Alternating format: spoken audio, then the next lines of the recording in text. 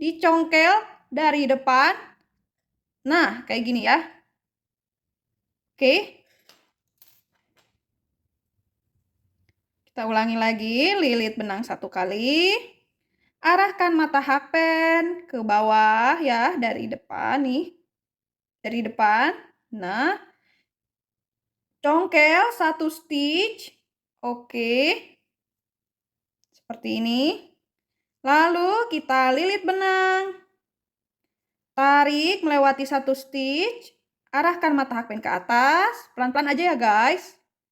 Kemudian kita buat 1 DC. Lilit benang, masukkan ke dalam 2 loop.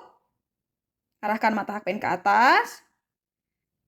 Lilit 1 kali, masukkan ke dalam 2 loop.